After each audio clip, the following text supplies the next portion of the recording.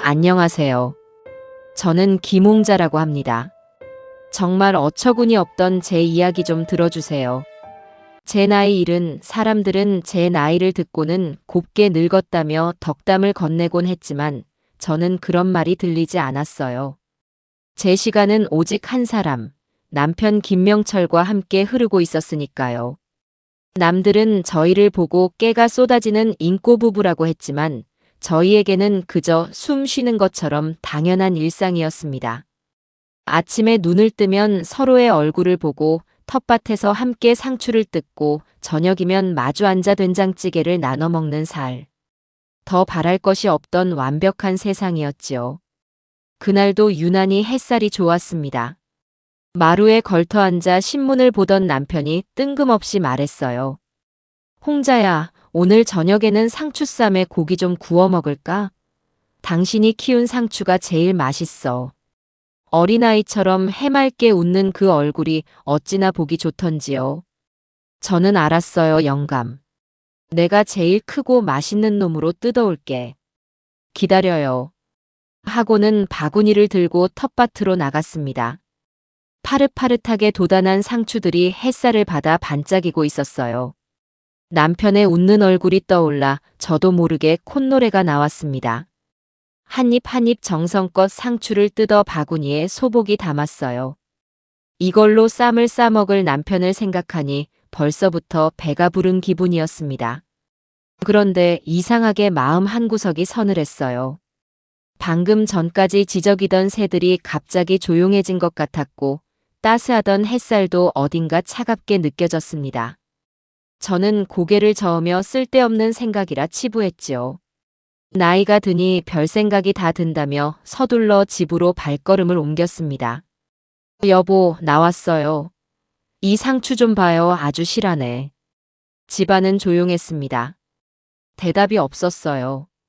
거실 소파에는 남편이 신문을 덮어둔 채 편안한 자세로 기대 앉아 있었습니다. 볕 좋은 오후에 깜빡 잠이 든 모양이구나 싶었지요.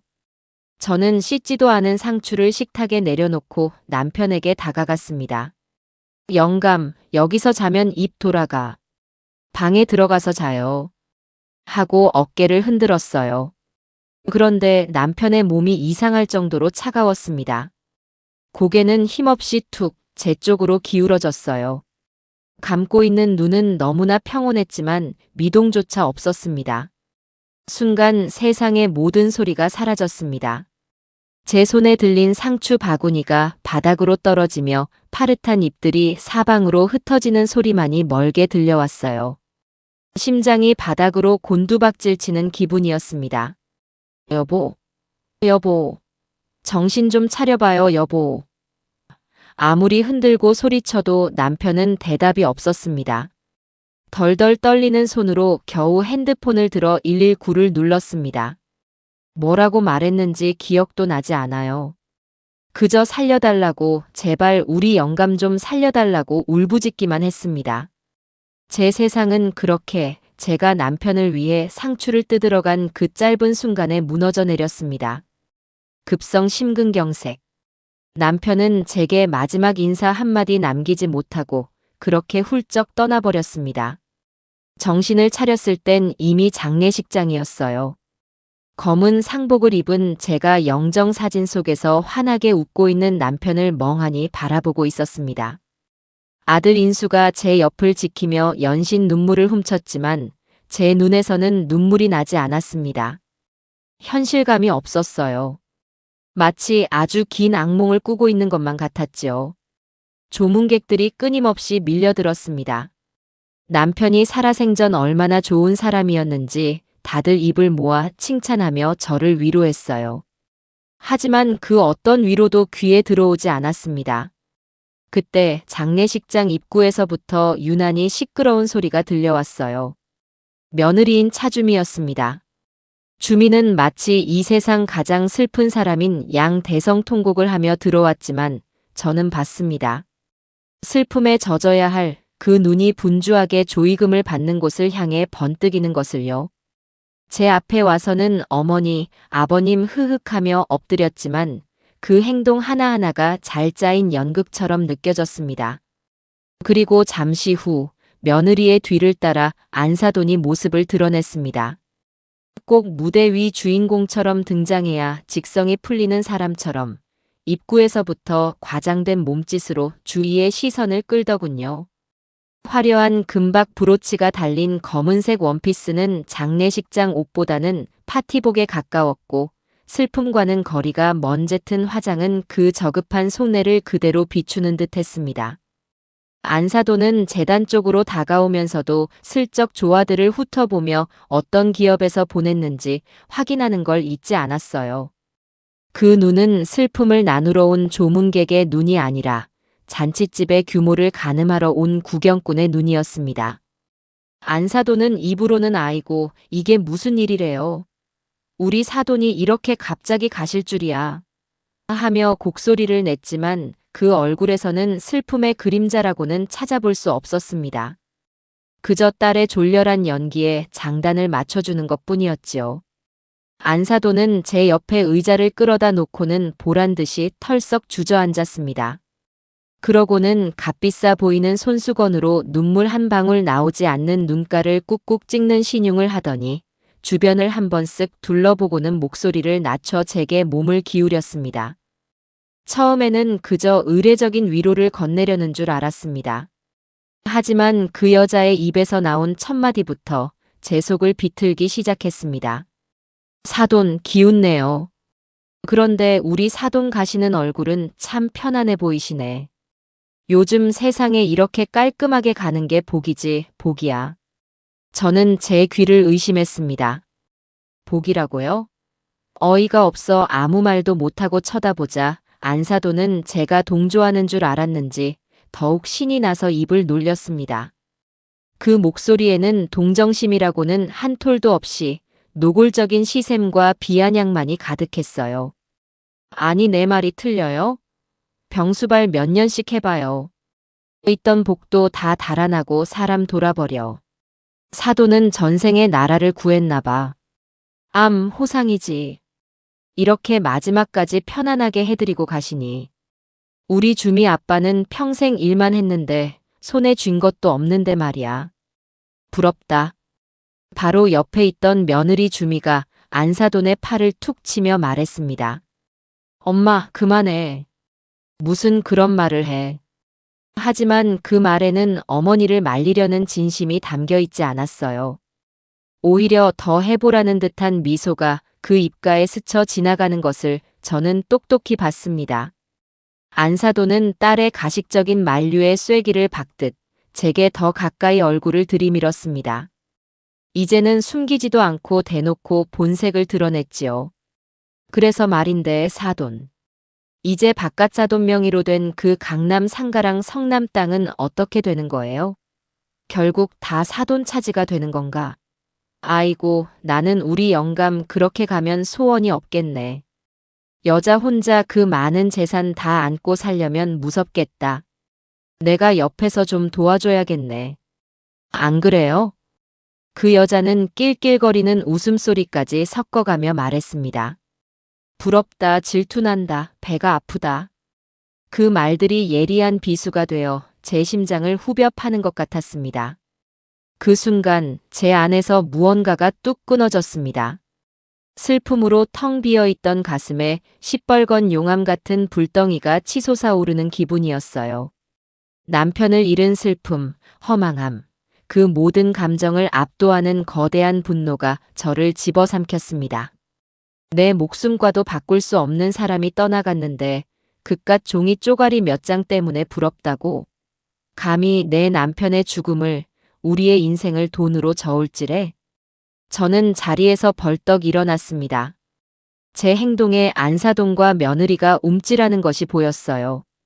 아들 인수가 어머니, 어디 가세요? 하고 물었지만 대답하지 않았습니다. 저는 아무 말 없이 조문객들이 식사를 하는 시끌벅적한 식당 쪽으로 향했습니다. 다들 제가 슬픔을 이기지 못해 잠시 자리를 피하는 줄 알았을 겁니다. 하지만 저는 식당을 지나 망설임 없이 음식을 만드느라 분주한 주방 안쪽으로 들어갔습니다. 뜨거운 김이 훅 끼쳐왔고 음식을 나르던 아주머니가 저를 보고 놀라 멈칫했어요. 저는 아랑곳하지 않았습니다. 제 눈에는 오직 한 가지만 보였습니다. 커다란 탕국솥 옆에 놓인 거의 반쯤 열려있는 커다란 소금 자루가 보였습니다. 국에 간을 맞출 때 쓰는 바로 그 굵은 소금이었지요. 저는 그 자루에 두 손을 깊숙이 넣어 차갑고 거친 소금의 감촉을 느끼며 한가득 움켜쥐었습니다. 주방 아주머니가 지금 뭐 하시는?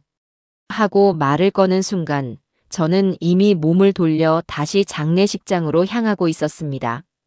하얀 소금을 두 손에 가득 쥔 채 주방에서 걸어 나오는 제 모습을 본 사람들의 표정이 굳어갔습니다. 안사돈과 며느리는 제가 갑자기 왜 저러는지 영문을 몰라 어리둥절한 표정으로 저를 보고 있었지요. 저는 다시 그들의 앞으로 성큼성큼 걸어갔습니다. 영문을 몰라 사돈, 왜 그래요? 어디 안 좋아요? 하며 가식적인 표정을 짓는 그 얼굴을 향해 저는 움켜쥔 소금을 힘껏 뿌렸습니다. 하얀 소금 알갱이들이 안사돈의 잘 손질된 머리와 짙은 화장을 한 얼굴, 화려한 브로치가 달린 옷 위로 폭설처럼 쏟아져 내렸어요. 어머, 이게 무슨 짓이야? 미쳤어? 안사돈이 악을 쓰며 자리에서 벌떡 일어났고 며느리 주미가 기겁하며 제게 달려들었습니다. 어머니, 지금 제정신이세요? 우리 엄마한테 무슨 짓이에요? 주위의 모든 조문객들이 경악하며 저희를 쳐다보고 있었지요. 하지만 저는 아무것도 보이지 않았습니다. 제 눈에는 오직 인간의 탈을 쓴 속이 시커먼 탐욕 덩어리들만 보일 뿐이었어요. 저는 바닥에 떨어진 소금을 다시 한번 집어들고 제 앞을 가로막는 며느리의 얼굴을 똑바로 쳐다봤습니다. 너도 똑같은 것, 네 어미랑 똑같이 속이 시커먼 것, 네 시아버지 잃은 슬픔보다 시아버지 재산이 더 궁금했지. 어디서 신성한 장례식장에서 돈 타령이야. 저는 그 말을 끝으로 며느리를 향해서도 남은 소금을 모조리 뿌렸습니다. 그리고 제 평생 한 번도 내본 적 없는 얼음장처럼 차갑고 칼날처럼 날카로운 목소리로 장례식장이 떠나가라 소리쳤습니다. 더러운 것들. 여기가 어디라고 감히 돈 얘기를 입에 올려. 내 남편이 평생을 바쳐 이룬 삶이 잠든 곳이야. 너희같이 속물적인 것들이 발 들릴 곳이 아니라고. 당장 꺼져. 이 소금 맞고 부정한 것들 싹 다 꺼져버려. 장례식장은 물을 끼얹은 듯 완벽한 정적에 휩싸였습니다. 안사돈과 며느리는 소금을 뒤집어 쓴 채 충격과 분노, 그리고 망신스러움으로 얼굴이 시뻘개져서 저를 노려봤어요. 안사돈이 뭐라고 더 소리치려 했지만 감히 입을 떼지 못했습니다. 제 눈에 서린 평생을 순하게 살아온 사람에게서는 나올 수 없는 서슬퍼런 살기를 그들도 느꼈을 테니까요. 두 사람은 제 아들 인수가 어쩔 줄 몰라 하며 어머니, 그만하세요 하고 말릴 새도 없이 수군거리는 조문객들의 경멸 어린 눈총을 온몸으로 받으며 허둥지둥 장례식장을 빠져나갔습니다. 머리와 옷에 붙은 소금을 털어내는 그 모습이 어찌나 추잡하고 볼품없던지요. 저는 그들이 사라진 문을 한참 동안 노려보았습니다. 온몸이 부들부들 떨렸지만 이상하게도 마음은 차분해졌습니다. 남편의 영정 사진을 돌아보았습니다. 사진 속 남편은 여전히 환하게 웃고 있었어요. 마치 잘했다고 내 아내답다고 칭찬해주는 것만 같았습니다. 장례가 끝나고 돌아온 집은 거대한 동굴처럼 텅 비어버렸어요.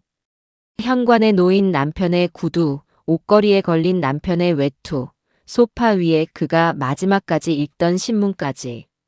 집안 곳곳에 남편의 흔적이 화석처럼 박혀 저를 찔러왔습니다. 그가 없는 공간은 시간이 멈춘 듯 고요했고 그 정막은 제 심장을 쿵쿵 울리는 이명처럼 귓가에 맴돌았습니다. 저는 며칠 동안 제대로 먹지도 자지도 못했습니다. 슬픔은 무거운 수위처럼 온몸을 짓눌렀고 그리움은 날카로운 유리 조각이 되어 숨 쉴 때마다 가슴을 파고들었지요. 그날 오후 기나긴 현기증 같은 시간 속에서 멍하니 창밖을 보고 있을 때였습니다. 요란한 초인종 소리가 집안의 정적을 무참히 깨뜨렸어요. 온몸의 신경이 곤두서는 기분이었습니다. 문을 열어줄 기력도 누군가를 만날 마음도 없었지만 초인종은 집요하게 울려댔습니다. 어쩔 수 없이 무거운 몸을 이끌고 현관으로 향했습니다. 인터폰 화면에는 잔뜩 날이 선 표정의 며느리 주미와 그 뒤에서 어쩔 줄 몰라 하는 아들 인수가 서 있었어요. 올 것이 왔구나 싶었습니다. 저는 아무 말 없이 문을 열어주었습니다. 며느리는 기다렸다는 듯이 저를 밀치고 안으로 성큼성큼 들어오더군요. 아들 인수가 제 눈치를 살피며 어머니, 식사는 하셨어요? 하고 물었지만 며느리는 그 말을 가로채며 쏘아붙였습니다. 인수 씨는 비켜봐. 어머니랑 저랑 단둘이 할 얘기가 있으니까. 이건 우리 여자들 문제야. 그러고는 거실 소파에 다리를 꼬고 앉아 저를 노려봤습니다. 마치 자신이 이 집의 주인이라도 되는 것처럼 아주 거만하고 당당한 태도였어요. 저는 식탁 의자를 끌어다 그 맞은편에 조용히 앉았습니다. 한바탕 폭풍이 몰아칠 것을 예감했지요. 어머니, 정말 실망이에요. 어떻게 저희 엄마한테 그런 짓을 하실 수 있어요? 온 동네 사람들이 다 쳐다보는데 거기다 대고 소금을 뿌려요? 어머니가 우리 집안 망신 다 시키는 거 알아요? 며느리의 목소리는 칼날처럼 날카로웠습니다. 저는 그 말을 잠자코 듣고만 있었어요. 지금 저 아이의 눈에는 아버지를 잃은 남편에 대한 걱정이나 시어머니에 대한 염려는 한 점도 없었습니다. 오직 자신의 엄마가 당한 망신과 그로 인해 훼손된 자신의 체면만이 중요한 것이었지요. 네 엄마가 한 짓에 비하면 그건 아무것도 아니라고 했을 텐데. 제 차분한 대답에 며느리의 얼굴이 벌개졌습니다. 우리 엄마가 뭘 어쨌는데요? 아버님 편하게 가셔서 호상이라고 한 게 그렇게 잘못이에요? 다 어머니 좋으라고 한 소리잖아요. 이제 재산 걱정 없이 편하게 사실 일만 남았다고 덕담해 준 걸 그렇게 받아들여요? 기가 막혀서 말이 나오지 않았습니다. 덕담이라니요. 남편의 죽음 앞에서 돈 이야기를 꺼낸 것이 덕담이라는 저 아이의 사고방식을 도저히 이해할 수 없었습니다. 저는 차갑게 대답했습니다. 나는 네가 말하는 그 재산 없어도 평생 잘 살았고 앞으로도 그럴 게다. 내게 재산은 내 남편이었고 내 세상은 그 사람 하나였어. 너처럼 돈밖에 모르는 애는 평생 이해하지 못할 이야기지. 지금 저더러 돈밖에 모른다고 하셨어요? 맞아요. 저 돈밖에 몰라요. 돈이 최고인 세상이잖아요. 돈 없으면 이렇게 사람 무시당하고 장례식장에서 소금 맞고 쫓겨나는 거 아니냐고요. 아버님이 남기신 그 돈, 정당하게 우리 인수 씨가 받아야 할 돈이에요. 아버님 외아들이잖아요. 그걸 왜 어머니가 다 쥐고 있으려고 하세요? 드디어 본심이 터져나왔습니다. 그 길고 긴 서로는 결국 이 말을 하기 위함이었겠지요. 저는 며느리의 흥분한 얼굴을 가만히 바라봤습니다.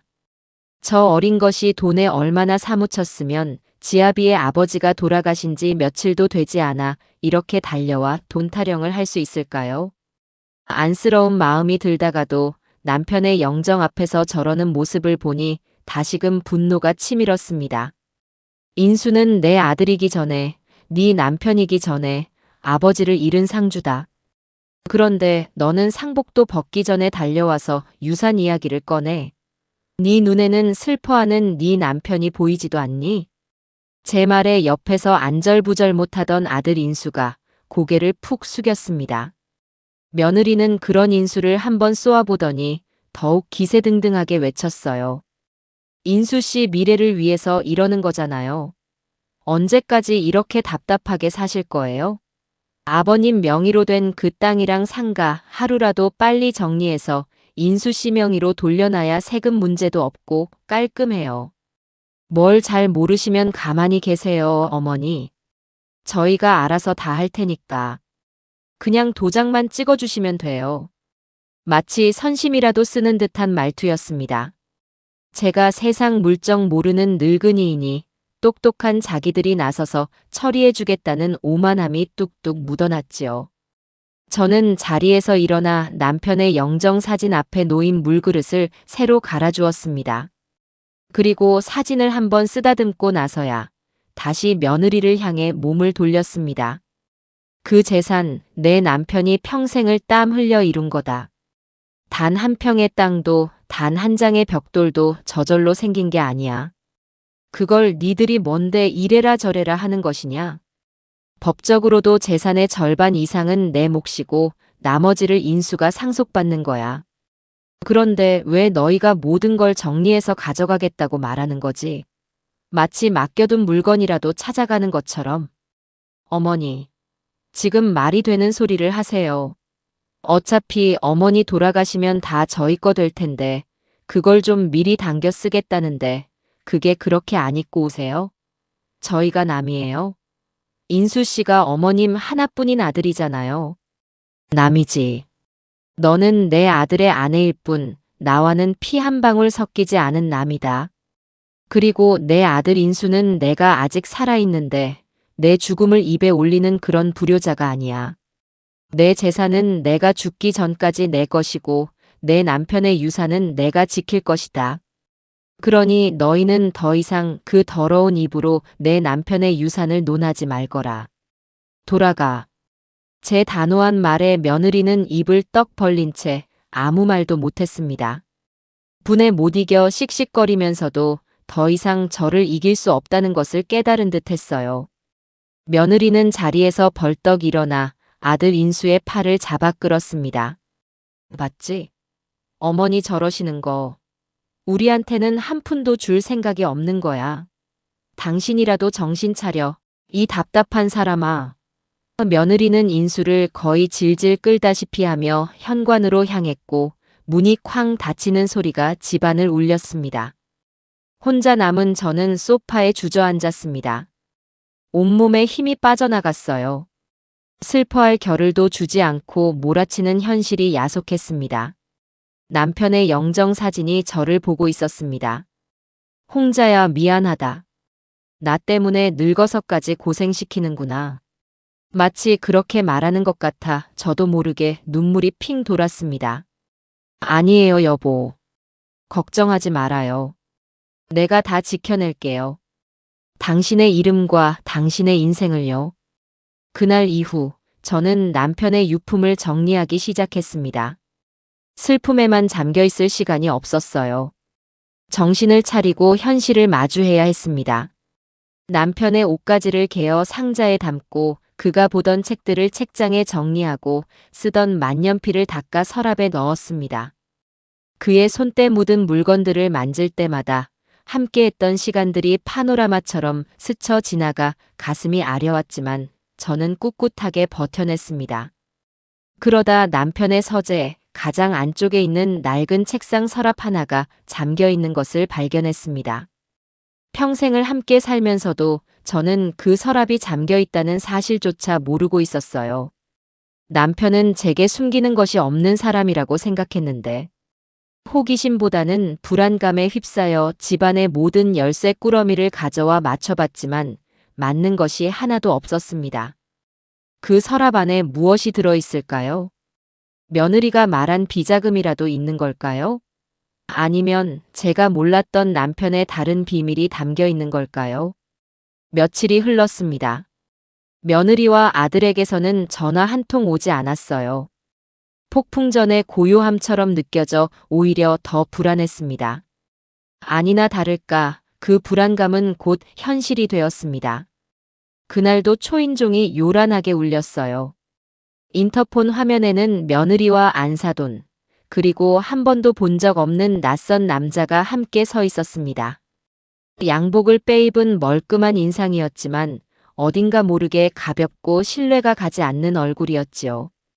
저는 직감적으로 그들이 무슨 꿍꿍이로 찾아왔는지 알 수 있었습니다.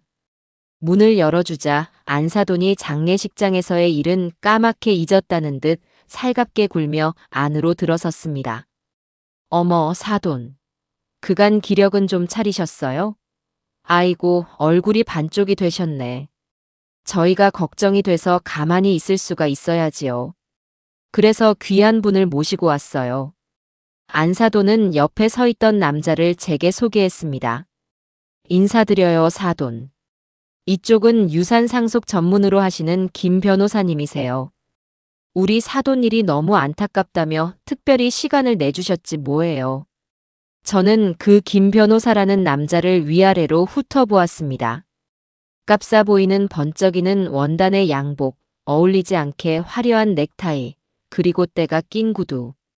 아무리 봐도 변호사의 행색은 아니었습니다. 저는 일단 그들을 거실 소파에 앉도록 했습니다. 무슨 연극을 벌이는지 끝까지 지켜볼 생각이었지요. 김 변호사라는 남자는 서류 가방에서 종이 몇 장을 꺼내더니 아주 능숙하다는 듯이 입을 열었습니다. 어머님, 심려가 크시겠습니다. 고 김명철 선생님의 명복을 빕니다. 저는 상속 관련 법률 자문을 드리고자 오늘 이 자리에 왔습니다. 그는 상속세가 어떻고 증여세가 어떻고 무슨 특별법이 어떻다는 등 어려운 법률 용어를 현란하게 섞어가며 한참을 떠들어댔습니다. 평생 부동산을 남편과 함께 관리해온 제 귀에는 그 말이 얼마나 허술하고 앞뒤가 맞지 않는지 다 들렸지만 저는 그저 고개를 끄덕이며 묵묵히 듣고만 있었어요. 한참을 떠들던 남자가 드디어 본론을 꺼냈습니다. 그래서 결론적으로 현재 아버님 명의로 된 재산을 그대로 두시면 상속세 폭탄을 맞게 됩니다. 제가 알아본 바에 의하면 세금만 수억 원에 달해요. 하지만 방법이 있습니다. 지금이라도 모든 재산을 아드님이신 김인수 선생님 명의로 신탁 처리를 하고 제가 그 관리를 맡는 겁니다. 그렇게 하면 절세 효과를 극대화할 수 있고 어머님께서는 아무 신경 쓰실 필요 없이 매달 생활비를 연금처럼 받으실 수 있습니다. 제가 모든 복잡한 절차를 대행해 드릴 수 있습니다. 그럴듯한 이야기였습니다. 법을 잘 모르는 노인이라면 깜빡 속아 넘어갈 만한 달콤한 제안이었지요. 옆에서 듣고 있던 안사돈과 며느리는 마치 대단한 해결책이라도 찾은 것처럼 맞장구를 쳤습니다. 어머, 사돈 들으셨죠? 이렇게 좋은 방법이 있다잖아요. 어머니, 뭘 고민하세요? 김 변호사님 말씀대로 하시면 우리 모두가 편해지는 거예요. 어머니 노후는 저희가 책임질 테니 아무 걱정 마시고요. 저는 들고 있던 찻잔을 조용히 내려놓았습니다. 그리고 그 김 변호사라는 남자의 눈을 똑바로 쳐다보며 물었습니다. 김 변호사라고 했나요? 어느 법무법인 소속이신가요? 제 질문에 남자의 눈이 순간 당황으로 흔들리는 것을 놓치지 않았습니다. 아, 예. 저는 미래파 법률사무소 소속입니다. 들어본 적도 없는 이름이었습니다. 그래요? 그럼 변호사 자격증 좀 보여주시겠어요? 이렇게 중요한 일을 맡기려면 신원 확인은 확실히 해야 하지 않겠어요? 네. 자, 자격증은 지금 사무실에 두고 와서. 제가 제 명함이라도. 남자는 허둥지둥 지갑에서 싼 티가 나는 명함을 꺼내 제게 건넸습니다. 저는 그 명함을 받아보지도 않고 말을 이었습니다. 됐어요. 당신이 말한 상속세 관련 법률, 작년에 개정된 내용이 전혀 반영되지 않은 옛날 이야기더군요. 그리고 자산 신탁은 당신 같은 이름도 없는 변호사에게 맡기는 게 아니라 전문 금융기관을 통해야 한다는 것쯤은 나도 압니다. 어디서 어설픈 사기꾼을 데려와서 이 늙은이를 속이려 들어. 제 목소리는 나지막했지만 얼음장처럼 차가웠습니다. 제 말에 남자의 얼굴은 하얗게 질렸고 안사돈과 며느리의 얼굴은 시뻘겋게 달아올랐습니다. 모든 계획이 들통나 버린 자들의 당혹감과 분노가 거실 공기를 무겁게 짓눌렀어요. 사돈. 지금 무슨 말씀을 하시는 거예요? 이분이 어떤 분인데 사기꾼이라니요? 안사돈이 버럭 소리를 질렀지만 저는 눈 하나 깜짝하지 않았습니다. 내가 변호사 얼굴은 많이 못 봤어도 사기꾼 얼굴은 척 보면 안다. 눈빛이 흐리고 말이 빠르고 자꾸 서류만 보면서 이야기하는 것들. 당신이 딱 그 짝이야. 그리고 너희들. 이따위 수작을 부리려고 여기까지 또 찾아왔니? 내 남편 재산이 그렇게 탐이나. 하늘이 무섭지도 않니? 이런 유치한 연극은 2번 다시 보고 싶지 않으니. 셋 다 당장 내 집에서 나가. 저는 현관문을 활짝 열어젖히며 소리쳤습니다. 사기꾼 남자는 얼굴을 가리고 허둥지둥 도망치듯 집을 빠져나갔고 안사동과 며느리는 분에 못 이겨 씩씩거리며 저를 노려봤습니다. 두고 봐요, 어머니. 저희도 가만히 있지는 않을 테니까. 며느리가 악에 바친 소리를 지르며 떠났습니다. 문이 닫히고 저는 다시 혼자가 되었습니다. 다리가 후들거렸지만 마음은 오히려 단단해지는 기분이었습니다. 그들은 이제 수단과 방법을 가리지 않을 겁니다. 그렇다면 저 역시 더 이상 슬픔에 잠겨 있을 수만은 없었지요. 전쟁은 이미 시작되었고 저는 반드시 이겨야만 했습니다. 저는 곧장 서재로 들어가 잠겨있는 그 서랍을 쓰다듬었습니다. 여보, 당신이 이 안에 무엇을 남겨두었든 이제는 제가 열어봐야겠어요. 이게 모든 것을 해결할 열쇠가 될지도 모르겠네요. 다음 날 아침이 밝자마자 저는 동네에서 가장 오래된 열쇠 수리공을 불렀습니다. 어젯밤 며느리와 안사돈이 벌인 유치한 사기극을 겪고 나니 더 이상 지체할 시간이 없다는 생각이 들었어요. 그들이 다음에는 또 어떤 짓을 벌일지 알 수 없었습니다. 그들이 노리는 것이 정말 남편의 재산이라면 이 잠긴 서랍 안에 그들이 원하는 무언가가 있거나 혹은 그들의 탐욕을 막아낼 수 있는 무언가가 들어있을 거라는 확신이 들었습니다. 수십 년은 좋게 되어 보이는 연장 가방을 들고 온 노인은 돋보기를 끼고 낡은 책상의 자물쇠를 한참 동안 들여다보았습니다. 아이고 어르신. 이거 요새는 잘 쓰지도 않는 구식 자물쇠네요. 그래도 튼튼하기는 또 엄청 튼튼해요. 노인은 가느다란 철사 몇 개를 꺼내 자물쇠 구멍 안에서 한참을 꼼지락거렸습니다. 제 심장도 그 철사의 움직임에 따라 조였다 풀리기를 반복했어요. 짧은 시간이 영원처럼 느껴질 무렵 철컥하는 경쾌한 소리와 함께 서랍이 살짝 열렸습니다. 저는 수리공에게 두둑한 수고비를 챙겨드리고 떨리는 마음으로 서랍을 완전히 열었습니다. 며느리가 그토록 기대했던 돈다발이나 금괴 같은 것은 없었습니다. 서랍 안은 의외로 단출했어요.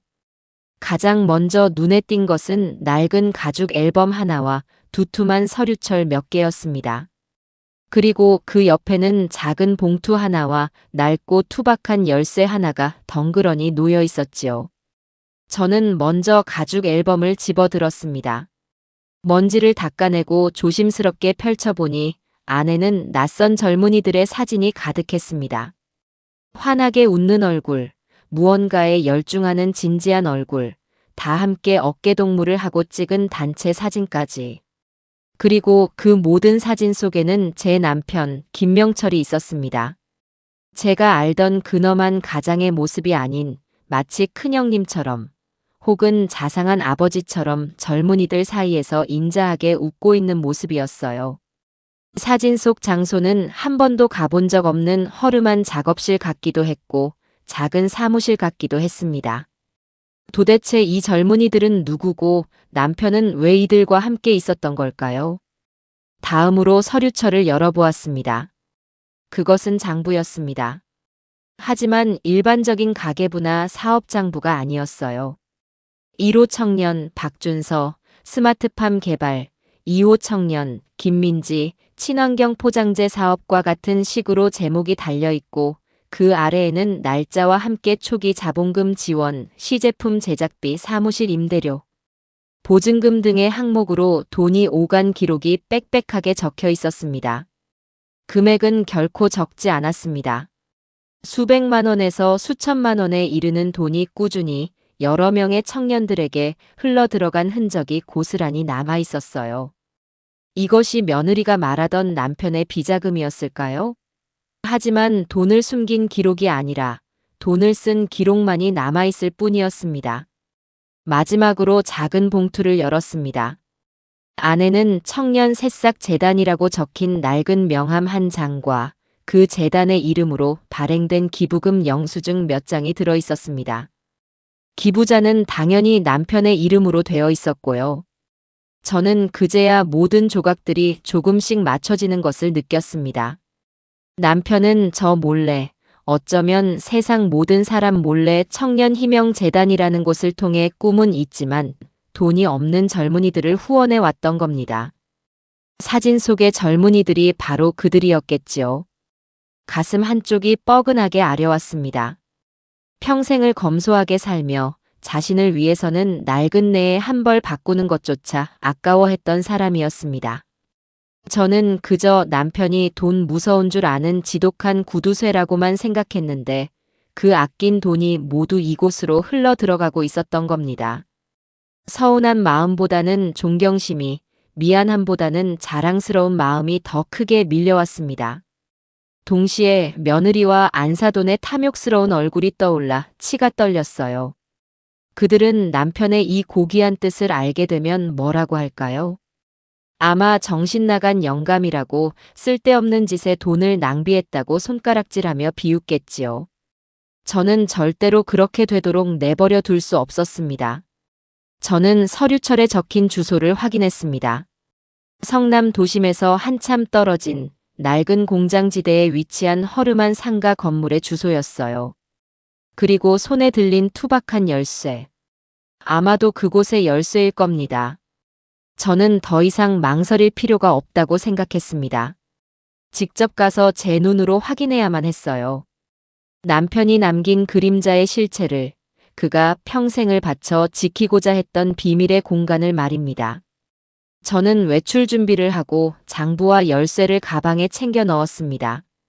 며느리에게는 당분간 연락하지 말라고 나 혼자 생각할 시간이 필요하다고 문자를 남겼어요.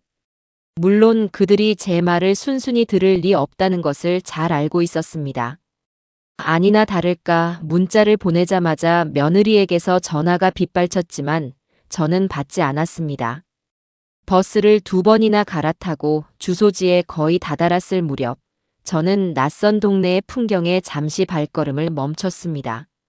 높고 반짝이는 아파트 대신 낡고 낮은 상가 건물들이 즐비했고 길에는 젊은 사람들보다는 지친 표정의 노동자들이 더 많이 보였습니다. 남편은 무슨 이유로 이 먼 곳까지 와서 그런 일을 벌였던 걸까요? 마침내 주소지에 적힌 3층짜리 낡은 상가 건물 앞에 도착했습니다. 1층에는 철물점과 작은 식당이 있었고 2층과 3층은 대부분 비어있는 것처럼 보였습니다. 제가 찾던 곳은 지하 1층이었어요. 퀴퀴한 냄새가 나는 좁은 계단을 따라 내려가니 복도 끝에 낡은 철문 하나가 보였습니다. 비일이라고 적힌 문 외에는 간판 하나 없었어요. 심호흡을 한번 하고 가방에서 꺼낸 열쇠를 자물쇠에 꽂아 돌렸습니다. 철컥 소리와 함께 수십 년은 묵은 듯한 무거운 문이 열렸습니다. 안으로 들어서는 순간 제 코를 찌른 것은 짙은 먼지 냄새와 기계 기름 냄새, 그리고 오래된 종이 냄새였습니다. 어두컴컴한 내부에 불을 켜자 생각보다 넓은 공간이 모습을 드러냈습니다. 그곳은 사무실이자 작업실이고 또 창고이기도 했습니다. 한쪽 벽에는 낡은 책상과 의자 몇 개가 놓여 있었고 다른 쪽에는 용도를 알 수 없는 각종 공구와 기계 부품들이 어지럽게 널려 있었어요. 그리고 공간의 대부분은 젊은이들의 아이디어와 꿈의 결과물로 보이는 시제품들로 가득 차 있었습니다. 농업용 드론처럼 보이는 기계, 신소재로 만든 것 같은 건축 자재 샘플, 독특한 디자인의 의자까지. 모든 물건 위에는 먼지가 뽀얗게 쌓여 있었지만 그 안에 담긴 열정만큼은 생생하게 느껴지는 듯 했습니다. 저는 천천히 그곳을 둘러보았습니다. 남편의 손때가 묻은 낡은 책상 위에 놓인 일지를 펼쳐보기도 하고 서툰 솜씨로 만든 시제품을 조심스럽게 만져보기도 했습니다. 모든 것이 낯설었지만 동시에 모든 것에서 남편의 채취가 느껴졌습니다. 이곳이 바로 남편의 진짜 세상이었던 겁니다. 돈을 버는 일에 치여 잊고 살았던 젊은 시절의 꿈과 열정을 이곳에서 다른 젊은이들을 통해 되살리고 있었던 것이지요. 얼마나 시간이 흘렀을까요? 저는 창문 하나 없는 그 지하 공간에서 시간 가는 줄도 모르고 남편의 흔적을 더듬고 있었습니다. 그때였습니다. 밖에서 희미하게 사람 목소리가 들리는가 싶더니 제가 들어왔던 철문 손잡이가 덜컥거리는 소리가 났습니다. 문이 잠겨 있다는 것을 확인한 누군가가 문을 거칠게 두드리기 시작했어요. 어머니, 안에 계신 거 알아요. 문 좀 열어보세요. 아들 인수의 목소리였습니다. 그리고 그 뒤이어 며느리의 날카로운 목소리가 들려왔어요. 어머니, 거기서 뭐 숨기고 뭐 하시는 거예요? 저희가 모를 줄 아셨어요? 당장 문 여세요. 심장이 쿵 하고 내려앉았습니다. 결국 여기까지 저를 쫓아온 겁니다. 제가 문자를 보냈을 때부터 이미 제 뒤를 밟을 계획을 세웠던 것이겠지요. 제가 전화를 받지 않자 제가 재산을 빼돌리고 있다고 확신하고 미행을 감행했을 겁니다. 남편의 고귀한 비밀이 저 더러운 탐욕에 의해 짓밟히게 될지도 모른다는 생각에 온몸이 떨려왔습니다. 저는 문을 열어주지 않고 안에서 버텼습니다. 하지만 문 밖의 소란은 점점 더 거세졌습니다. 당장 문 안 열면 부수고 들어갈 거예요. 경찰 부르기 전에 여시라고요. 며느리의 악에 바친 고함 소리가 지하 공간을 쩌렁쩌렁 울렸습니다. 저는 결심해야만 했습니다. 이대로 문을 열고 모든 것을 보여줄 것인가, 아니면 어떻게든 이들을 돌려보내고 남편의 비밀을 지켜낼 것인가. 하지만 저들에게 지금의 상황은 재산을 숨겨놓은 비밀 장소를 급습한 현장일 뿐, 그 어떤 설명도 변명으로밖에 들리지 않을 터였습니다. 저는 결국 무거운 한숨을 내쉬며 남편이 남긴 그림자 속으로 한 발 더 깊이 들어가기로 마음먹었습니다. 이 진실의 무게를 저 어리석은 아이들도 언젠가는 감당해야 할 테니까요. 결국 저는 굳게 닫혔던 철문을 열었습니다. 문이 열리자마자 며느리 주미가 저를 밀치고 안으로 뛰어들어왔고 아들 인수와 안사돈이 그 뒤를 따랐습니다. 그들의 눈은 마치 먹이를 발견한 하이에나처럼 탐욕스럽게 번뜩이며 먼지 쌓인 지하 공간 구석구석을 샅샅이 훑었습니다. 하지만 그들이 기대했던 금괴나 돈다발이 가득한 비밀 창고의 모습은 어디에도 없었지요. 그들의 얼굴에 실망과 의심의 빛이 빠르게 번져나가는 것을 저는 똑똑히 볼 수 있었습니다. 이게 다예요? 지금 저희를 따돌리고 고작 이런 고물상 같은 데 오신 거예요? 며느리는 코를 킁킁거리며 먼지 쌓인 시제품들을 발로 툭툭 찼습니다. 그 발길질에 젊은이 누군가의 땀과 노력이 담겼을 모형이 바닥에 나뒹굴었어요. 그 모습을 보는 제 가슴이 서늘하게 내려앉았습니다. 고물상이라니 말을 삼가거라. 여기 있는 것들 하나하나에 내 시아버지의 마음이 담겨 있다. 제 말에 안사돈이 코웃음을 치며 끼어들었습니다. 아이고 사돈. 아직도 정신을 못 차리셨네. 바깥 사돈이 이런 데다 돈을 썼을 리가 없잖아요. 진짜 돈은 다른 데 숨겨두고 우리한테는 이 고물들 보여주면서 쇼하시는 거 아니에요? 우리가 그런 거에 속을 만큼 바보인 줄 아세요? 그때였습니다. 저희 뒤에서 낮고 무거운 목소리가 들려왔어요. 댁들 같은 사람들이야말로 바보가 아니면 무엇이겠소. 모두가 소리가 난 쪽을 돌아보았습니다. 어두운 입구 쪽에 작업복 차림의 희끗한 머리를 한 노인이 서 있었습니다. 언제부터 와 있었는지 모를 그는 마치 동굴을 지키는 수호신처럼 묵묵히 서서 저희를, 아니 정확히는 안사돈과 며느리를 쏘아보고 있었습니다. 저는 그가 누구인지 단번에 알 수 있었습니다. 남편의 낡은 앨범 속 항상 남편의 곁에서 함께 웃고 있던 바로 그 친구였습니다. 누구세요? 당신은 또 뭔데 남의 일에 참견이야. 며느리가 나를 세우며 소리쳤지만 노인은 아랑곳하지 않고 천천히 안으로 걸어 들어왔습니다.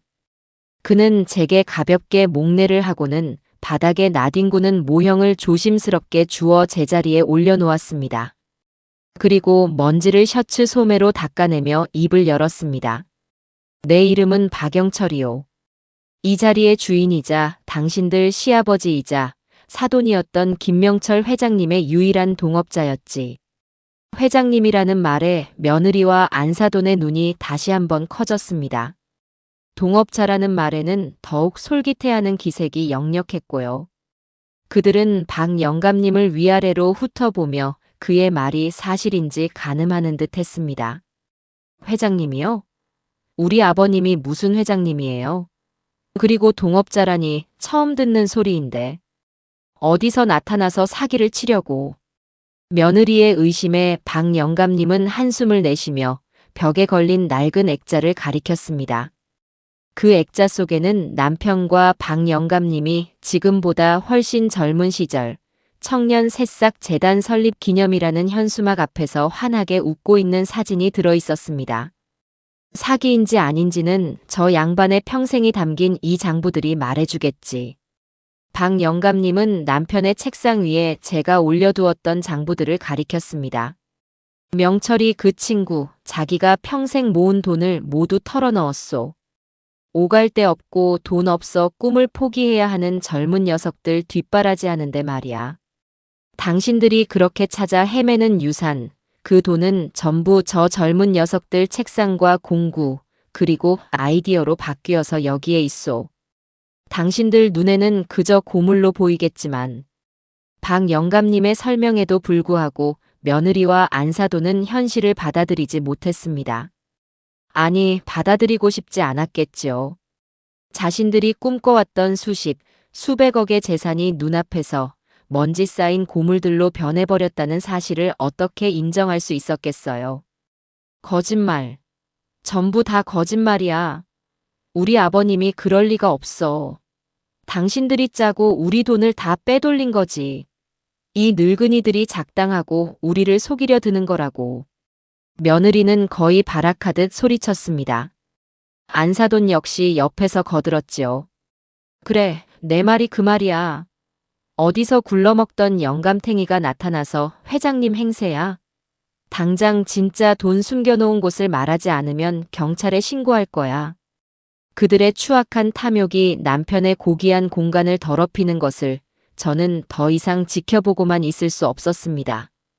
저는 장부 하나를 집어들어 그들의 눈앞에 펼쳐 보였습니다. 이게 보이니?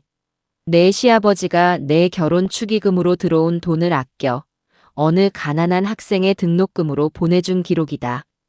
이게 보여?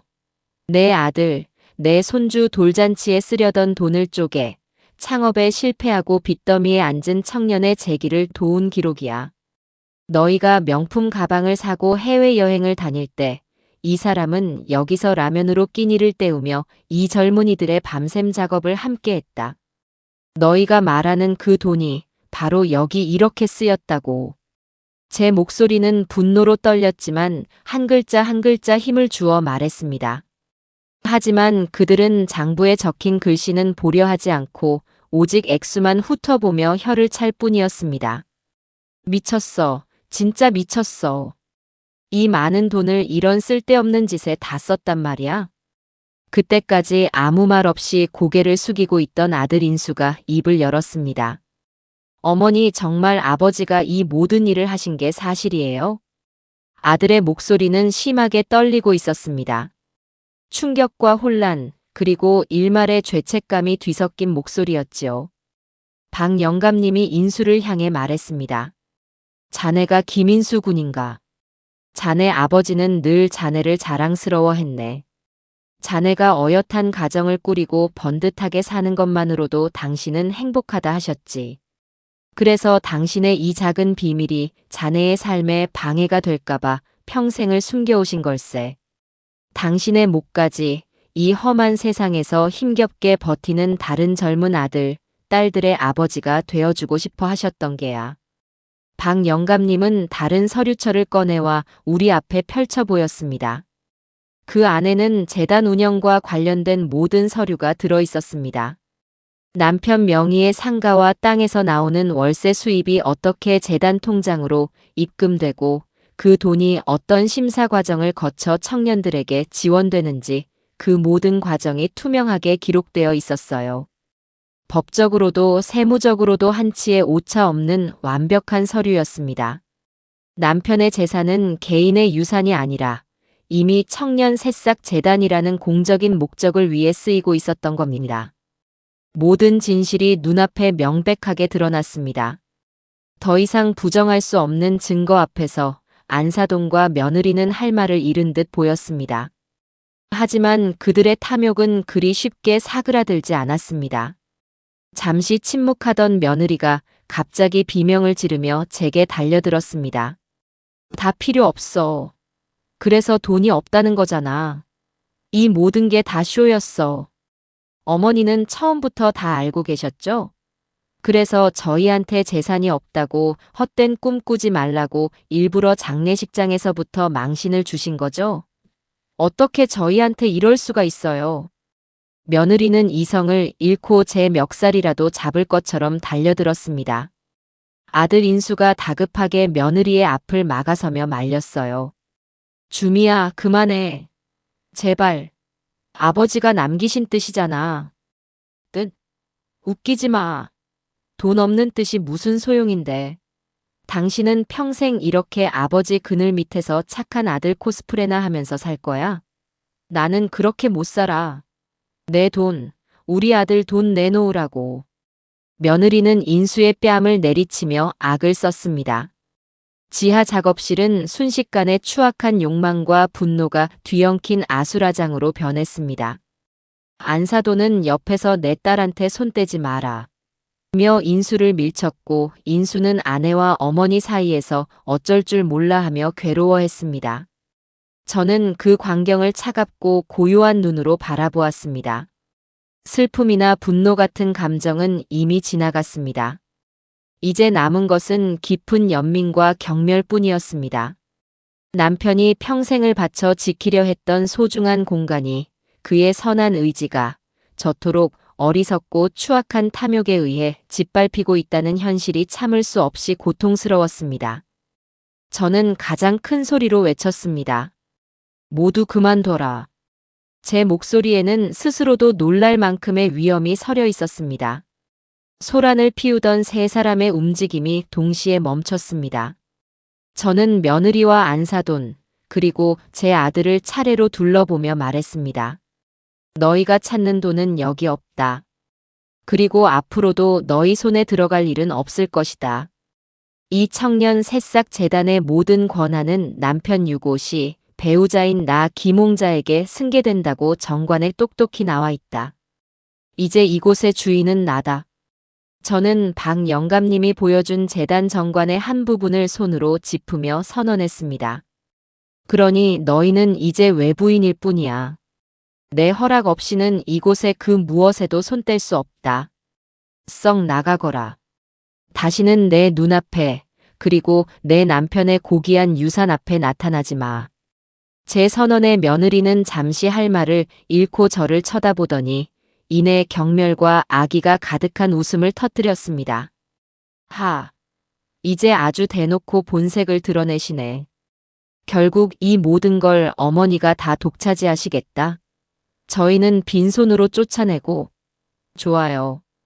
어디 한번 해보세요. 법이 누구 편인지, 세상이 누구 손을 들어주는지. 저희도 가만히 당하고만 있지는 않을 테니까.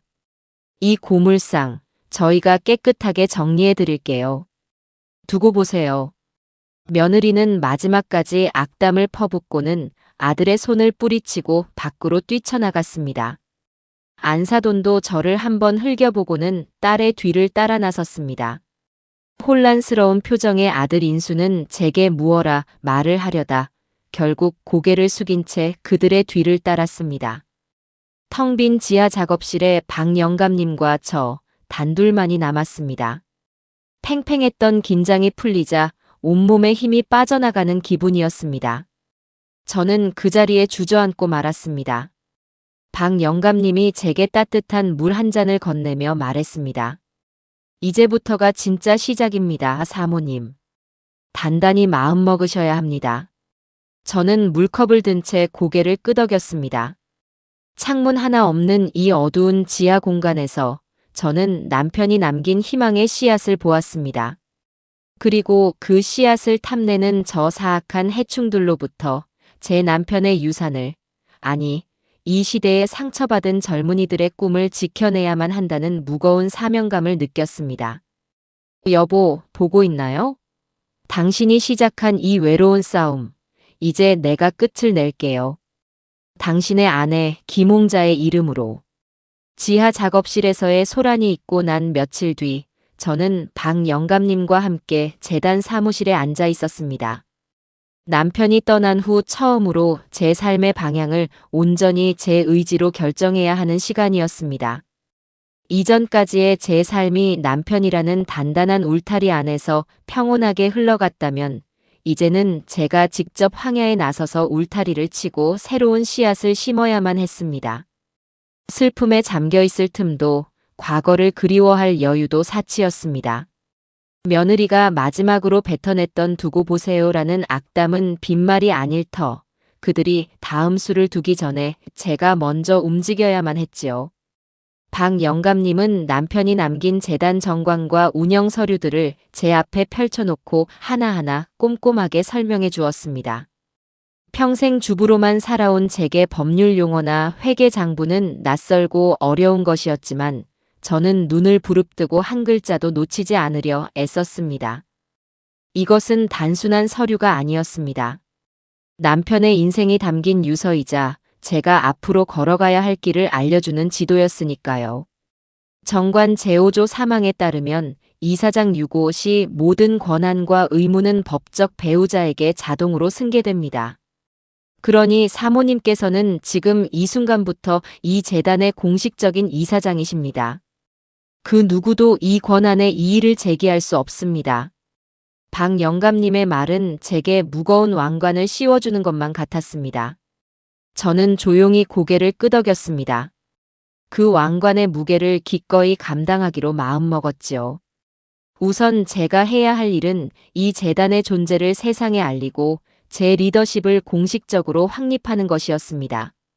그리고 남편의 뜻을 이어받을 이 젊은이들을 직접 만나 그들의 꿈을 확인하고 지지를 얻어야만 했습니다. 그것이 저를 외부의 공격으로부터 지켜줄 가장 튼튼한 방패가 될 터였습니다. 영감님, 재단에 소속된 청년들을 모두 소집해 주세요. 새로운 이사장으로서 그들과 정식으로 인사를 나누고 싶습니다. 그리고 앞으로 재단이 나아갈 방향에 대해 논의하고 싶어요. 제 말에 박 영감님의 눈이 반짝였습니다. 알겠습니다, 사모님. 아니, 이제부터는 이사장님이라고 불러야겠군요. 이 녀석들도 새로운 이사장님을 뵙고 싶어 할 겁니다. 며칠 후 재단 소속의 청년 7명이 모두 지하 작업실로 모였습니다. 쭈뼛거리며 들어서는 그들의 얼굴에는 긴장과 호기심, 그리고 경계심이 뒤섞여 있었습니다. 아마도 갑자기 나타난 늙은 이사장이 재단을 해체하거나 지원을 끊을지도 모른다는 불안감을 가지고 있었겠지요. 저는 그들에게 따뜻한 차를 한 잔씩 건네며 일부러 남편과의 일상적인 이야기부터 꺼냈습니다. 텃밭을 가꾸던 이야기, 함께 장을 보러 가던 사소한 이야기들을 들려주며 그들의 경계심을 천천히 허물어뜨렸습니다. 그리고 저는 제가 왜 이 자리에 서게 되었는지, 장례식장에서부터 지금까지 며느리와 어떤 일을 겪었는지 담담하게 털어놓았습니다. 남편의 유산을 돈으로만 보고 달려드는 그들의 이야기를 들으며 청년들의 얼굴은 점차 분노와 의지로 굳어져 갔습니다. 여러분이 바로 제 남편이 남긴 진짜 유산입니다. 제 며느리는 이 공간을 고물상이라고 불렀지만 제 눈에는 대한민국을 이끌어갈 보물창고로 보입니다. 저는 제 남편의 안목을 믿습니다. 그리고 여러분의 꿈을 믿습니다. 저는 이 재단을 해체할 생각이 없습니다. 오히려 제 남은 인생을 바쳐 여러분의 꿈이 현실이 되도록 돕고 싶습니다. 제 남편이 그랬던 것처럼요. 제 진심이 담긴 선언에 한동안 무거운 침묵이 흘렀습니다. 가장 나이가 많아 보이던 박준서라는 청년이 자리에서 일어나 제 앞에 깊이 고개를 숙였습니다. 그는 스마트팜 기술을 개발하는 청년이었습니다. 회장님, 아니 이사장님. 저희는 김명철 회장님을 단순한 후원자로 생각하지 않았습니다. 아버지 같은 분이셨습니다. 저희가 기술 개발에 막혀 밤을 새울 때 함께 컵라면을 드시며 격려해 주셨고, 투자를 받지 못해 좌절할 때 저희 손을 잡고 내가 너희의 첫 번째 투자자다라고 말씀해 주셨습니다. 저희는 회장님의 그 믿음을 배신할 수 없습니다. 저희가 이사장님의 가장 든든한 아군이 되어드리겠습니다. 회장님의 고귀한 뜻을 저희가 반드시 지켜내겠습니다. 그의 말을 시작으로 다른 청년들도 모두 자리에서 일어나 제게 지지를 약속했습니다. 눈물을 글썽이는 청년도 있었고 주먹을 불끈 쥐며 의지를 다지는 청년도 있었습니다. 저는 그들의 빛나는 눈동자 속에서 희망을 보았습니다. 남편이 왜 그토록 이들을 아끼고 사랑했는지 이제야 온전히 이해할 수 있었습니다. 그날의 만남은 지역 인터넷 신문의 작은 기자에 의해 기사화되었습니다. 박 영감님이 아는 사람을 통해 일부러 소식을 흘린 것이었지요. 남편 유지 이어 청년 창업 지원 나선 70대 이사장이라는 제목의 작은 기사였지만 그것은 저와 재단에게는 천군만마와도 같은 것이었습니다.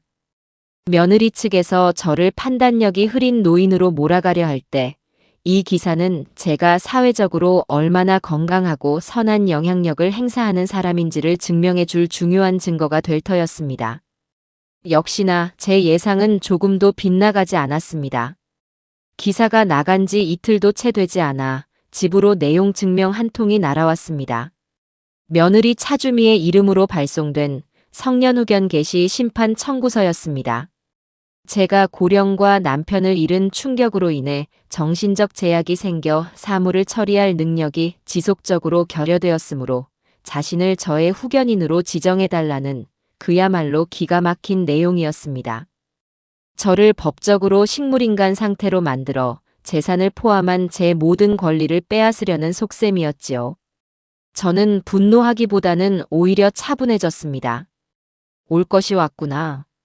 이제 피할 수 없는 싸움이라면 정면으로 맞서주리라.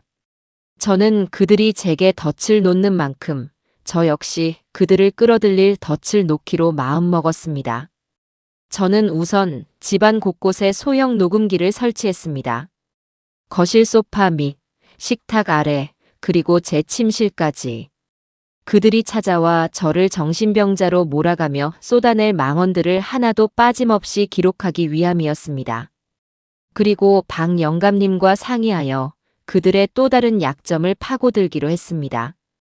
바로 돈이었습니다. 며칠 뒤 제 예상대로 며느리와 안사돈이 변호사라는 사람을 대동하고 다시 집으로 쳐들어왔습니다. 이번에는 지난번의 어설픈 사기꾼이 아니라 제법 그럴듯한 행색의 젊은 변호사였습니다. 그들은 성년후견 심판 청구서를 제 면전에 내밀며 의기양양하게 말했습니다. 어머니, 이게 뭔지 아시죠?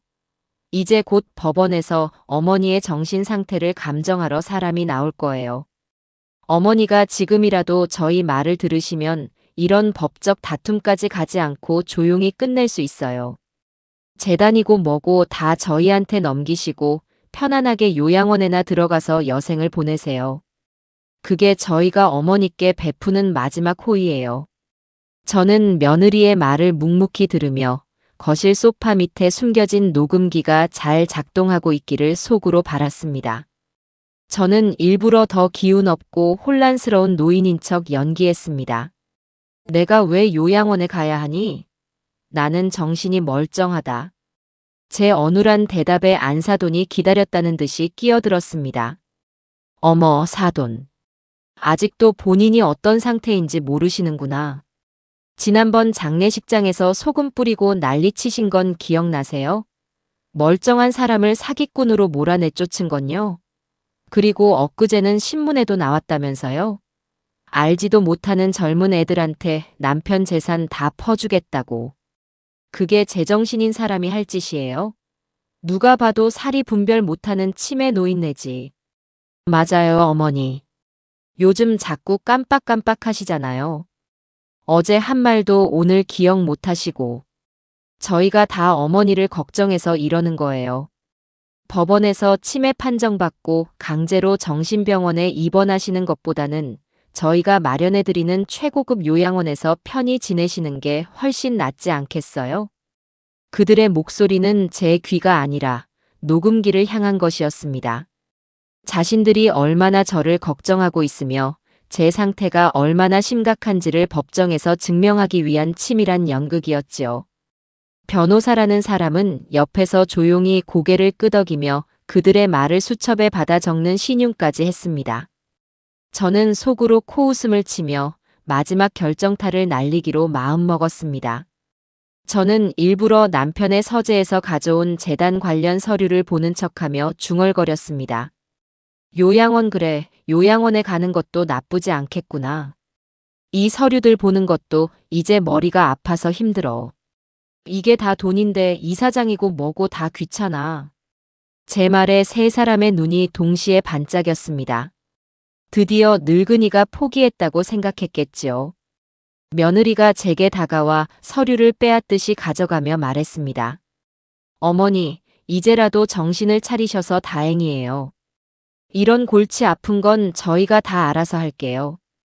어머니는 그냥 도장만 찍어주시면 돼요. 저는 힘없이 고개를 끄덕였습니다. 그래, 니들이 알아서 하거라. 나는 이제 다 모르겠다. 그들은 완벽한 승리를 예감한 듯 서로 눈빛을 교환하며 회심의 미소를 지었습니다. 저를 완전히 무력하고 판단 능력 없는 노인으로 취급하며 자신들의 계획이 순조롭게 진행되고 있다고 확신했을 겁니다. 그들은 자신들이 파놓은 함정에 스스로 제 발로 걸어 들어가고 있다는 사실을 꿈에도 모른 채 말이지요. 그들이 의기양양하게 집을 떠나고 저는 숨겨두었던 녹음기를 꺼내 재생 버튼을 눌렀습니다. 그 안에는 저를 파멸시키려 했던 그들의 추악한 목소리가 아주 선명하게 담겨 있었습니다. 심판의 날, 법정에 울려 퍼질 진실의 목소리가 말입니다. 며느리 일당이 돌아간 후 저는 곧바로 다음 계획을 실행에 옮겼습니다. 그들의 탐욕을 이용해 스스로 무너지게 만들 덫을 놓는 것이었지요. 그들이 저를 법적으로 무능력자로 만들려 한다면 저는 그들이 얼마나 비도덕적이고 돈에 굶주린 자들인지를 만천하에 증명해 보여야만 했습니다. 그러던 어느 날 제게 아주 결정적인 기회가 찾아왔습니다. 우편함을 확인하는데 제 집 우편물 사이에 낯선 봉투 하나가 섞여 있었습니다. 수신인은 며느리 차주미, 발신인은 사채 캐피탈이라는 이름만 들어도 사채 냄새가 물씬 풍기는 곳이었습니다. 아마도 며느리가 시댁에 드나들며 주소를 이곳으로 해놓은 모양이었지요. 저는 잠시 망설였지만 이것 또한 남편이 제게 준 기회일지도 모른다는 생각에 봉투를 뜯었습니다. 안에는 빨간 글씨로 인쇄된 끔찍한 내용의 빚 독촉장이 들어 있었습니다.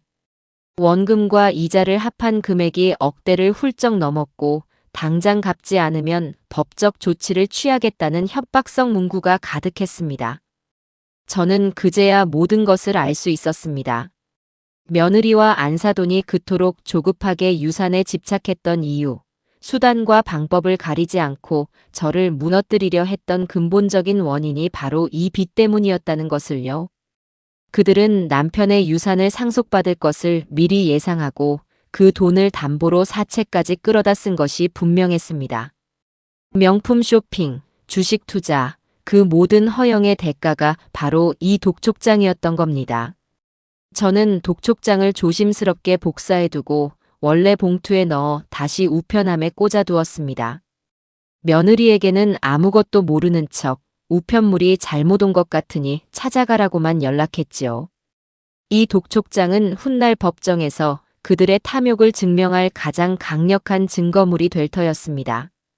그리고 저는 박 영감님과 함께 본격적인 덫을 설계하기 시작했습니다. 이름하여 청년 새싹 재단, 가짜 투자 설명회. 저희는 재단이 곧 유망한 스타트업에 대한 대규모 투자를 유치하여 엄청난 수익을 거둘 것이라는 거짓 정보를 시장에 흘리기 시작했습니다. 박 영감님의 인맥을 통해 몇몇 경제지에 작은 기사를 내기도 하고 증권가 정보지를 통해 성남 땅부자 김영감의 유산 첨단 기술주로 재탄생과 같은 자극적인 소문을 퍼뜨렸습니다. 물론 이 모든 정보는 안사돈과 며느리의 귀에 가장 먼저 그리고 가장 확실하게 들어가도록 설계되었습니다. 안사돈이 자주 다니는 미용실, 며느리가 속한 강남의 주부 주식 투자 모임 같은 곳에 집중적으로 소문을 흘렸지요. 빚에 쪼들리는 그들에게 일확천금의 기회라는 믿기는 거부할 수 없는 유혹 일터였습니다. 아니나 다를까 며칠 지나지 않아 안사돈에게서 전화가 걸려왔습니다. 장례식장 이후 처음으로 듣는 꿀이라도 바른 듯한 아양 떠는 목소리였습니다. 어머, 사돈. 잘 지내셨어요? 제가 요새 사돈 걱정에 잠을 못 자요. 그런데 사돈, 제가 아주 좋은 소식을 들었지 뭐예요. 우리 박가사돈이 만드신 그 재단이 곧 엄청난 대박을 터뜨린다면서요? 아이고, 우리 박가사돈은 돌아가셔서까지 이렇게 복을 남기셨네. 역시 사돈은 뭐가 달라도 달라. 저는 속으로 웃음을 삼키며 태연하게 대답했습니다. 무슨 소린지 모르겠네. 나는 그저 남편이 하던 일 조용히 이어나갈 뿐이야. 에이 사돈. 저한테까지 숨기실 거 없어요. 제가 다 들었어요. 미국 실리콘밸리에서도 투자하겠다고 난리라면서요. 사돈, 저희가 남이에요. 이런 좋은 기회는 가족끼리 나눠야죠. 저희도 그 재단에 좀 투자할 수 있게 길을 열어주세요. 네.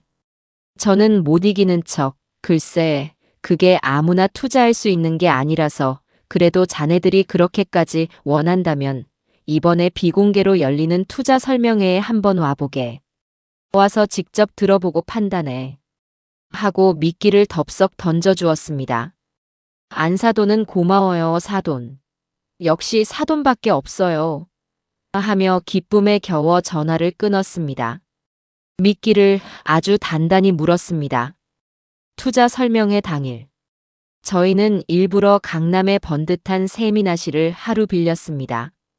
박 영감님은 깔끔한 양복을 차려입고 재단의 이사장 대리인 역할을 맡았고 재단의 청년들은 각자 개발 중인 아이템을 들고 나와 유망한 청년 사업가 행세를 했습니다.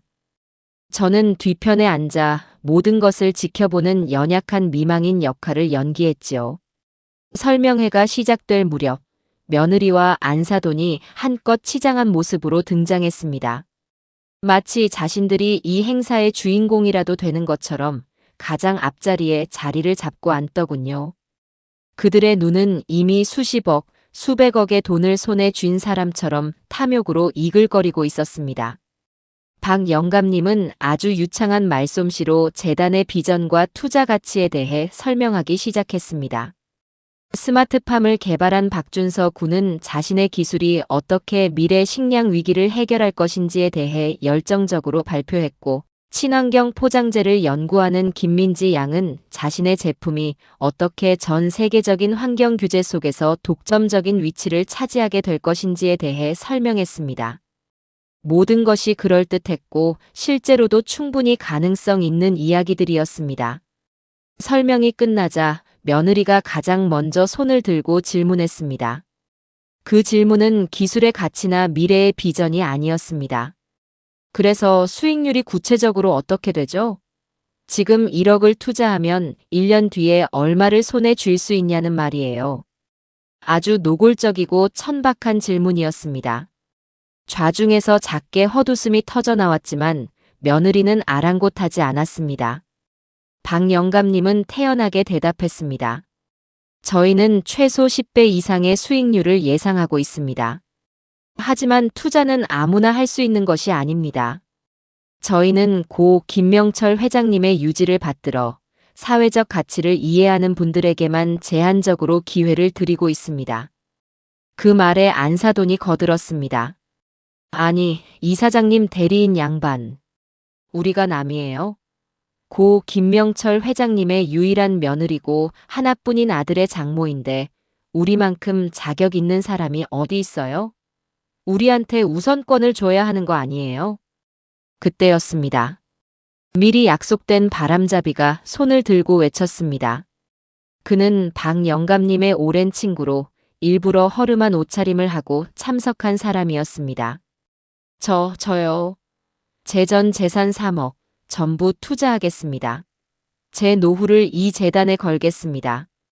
그의 외침에 장내가 술렁였고 며느리와 안사돈의 얼굴은 새하얗게 질렸습니다. 자신들의 몫이 줄어들지도 모른다는 극도의 불안감에 휩싸인 것이지요. 며느리가 다급하게 외쳤습니다. 저희는 5억 투자하겠어요. 아니, 10억도 할 수 있어요. 저희한테 우선권을 주세요. 사채 빚에 허덕이는 사람이 10억을 투자하겠다는 그야말로 정신 나간 소리였습니다. 저는 그 모습을 지켜보며 이제 덫이 완벽하게 작동했음을 확인했습니다. 그들은 자신들의 탐욕이 만들어낸 환상 속에서 허우적거리며 스스로 파멸의 길로 걸어 들어가고 있었습니다. 이 모든 광경은 제가 미리 설치해둔 소형 카메라에 고스란히 녹화되고 있었습니다. 법정에서 그들이 얼마나 상속 재산에 눈이 멀어 비이성적인 판단을 했는지를 증명해 줄 또 하나의 증거였습니다. 설명회가 끝나고 며느리와 안사돈은 제게 달려와 투자하게 해달라며 매달렸습니다. 저는 그들의 손을 뿌리치며 차갑게 말했습니다. 투자를 하고 싶거든 돈부터 가져오너라. 빈말로 하는 투자는 받지 않는다.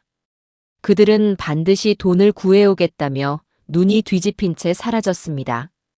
아마도 더 큰 사채를 알아보거나 불법적인 일이라도 저지를 기세였습니다. 저는 그들의 뒷모습을 보며 남편의 이름을 속으로 불렀습니다.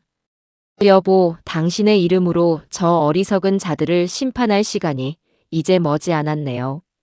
가짜 투자 설명회가 있고 며칠 뒤 저는 아들 인수에게서 전화를 받았습니다. 목소리가 심상치 않았어요. 잔뜩 잠겨 있고 금방이라도 울음이 터질 것 같은 목소리였습니다. 어머니, 지금 잠깐 뵐 수 있을까요? 저는 아무것도 묻지 않고 집으로 오라고 했습니다. 무슨 일이 터졌음을 직감했지요. 1시간쯤 지났을까 핏기 하나 없는 얼굴로 인수가 집에 들어섰습니다. 며칠 사이에 10년은 늙어버린 듯한 모습이었습니다. 인수는 거실 소파에 힘없이 주저앉더니 한참 동안 아무 말도 하지 못하고 고개만 숙이고 있었습니다. 저는 묵묵히 아들이 입을 열기를 기다려 주었습니다. 한참의 침묵 끝에 인수가 떨리는 손으로 서류 봉투 하나를 제게 내밀었습니다. 그 안에는 제가 며칠 전 우편함에서 발견했던 것과 똑같은 사채 캐피탈에서 온 빚 독촉장들이 수북하게 들어 있었습니다. 이번에는 차주미 앞으로 온 것뿐만 아니라 안사돈의 이름으로 된 독촉장까지 섞여 있었어요. 모녀가 함께 사채의 늪에 빠져 있었던 겁니다. 이게 다 뭐예요?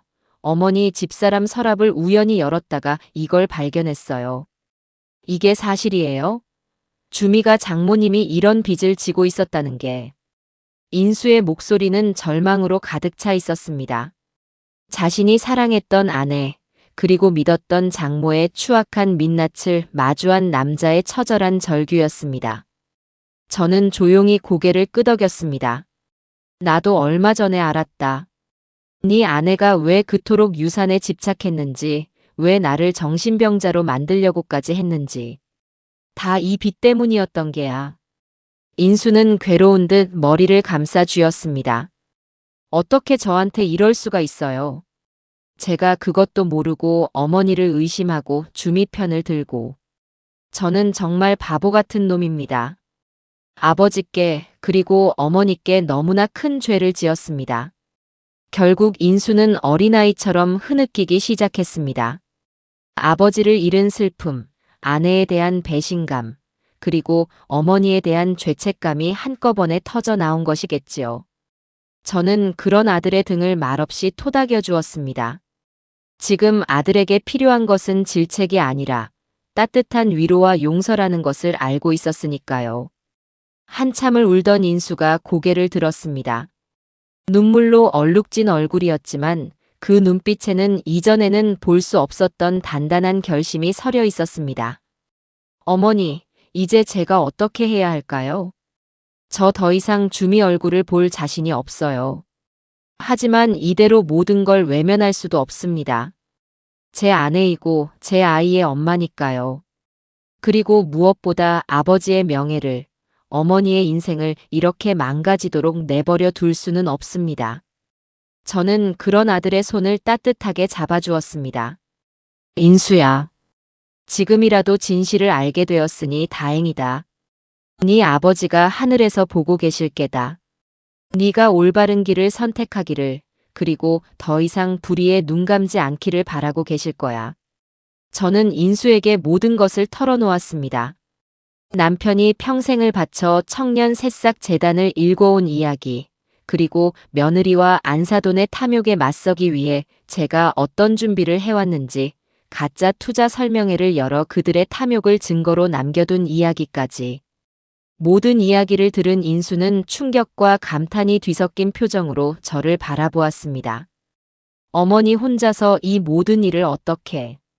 혼자가 아니었다. 네 아버지의 뜻을 함께하는 좋은 사람들이 곁에 있었고, 무엇보다 네 아버지가 하늘에서 나를 지켜주고 있다고 믿었으니까.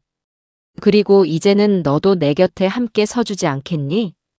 제 말에 인수는 망설임 없이 고개를 끄덕였습니다.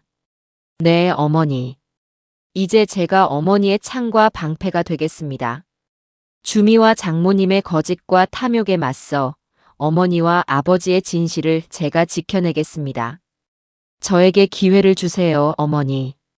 그날 이후 인수는 완전히 다른 사람이 되었습니다. 더 이상 아내의 등살에 못 이겨 갈팡질팡하던 유약한 남편이 아니었습니다. 그는 아버지의 아들이자 제 든든한 지원군으로 다시 태어났습니다. 인수는 곧장 자신이 아는 변호사를 찾아가 법률 자문을 구했습니다. 며느리가 청구한 성년후견 개시 심판에 맞서 저의 법적 대리인으로서 모든 소송을 준비하기 시작했습니다.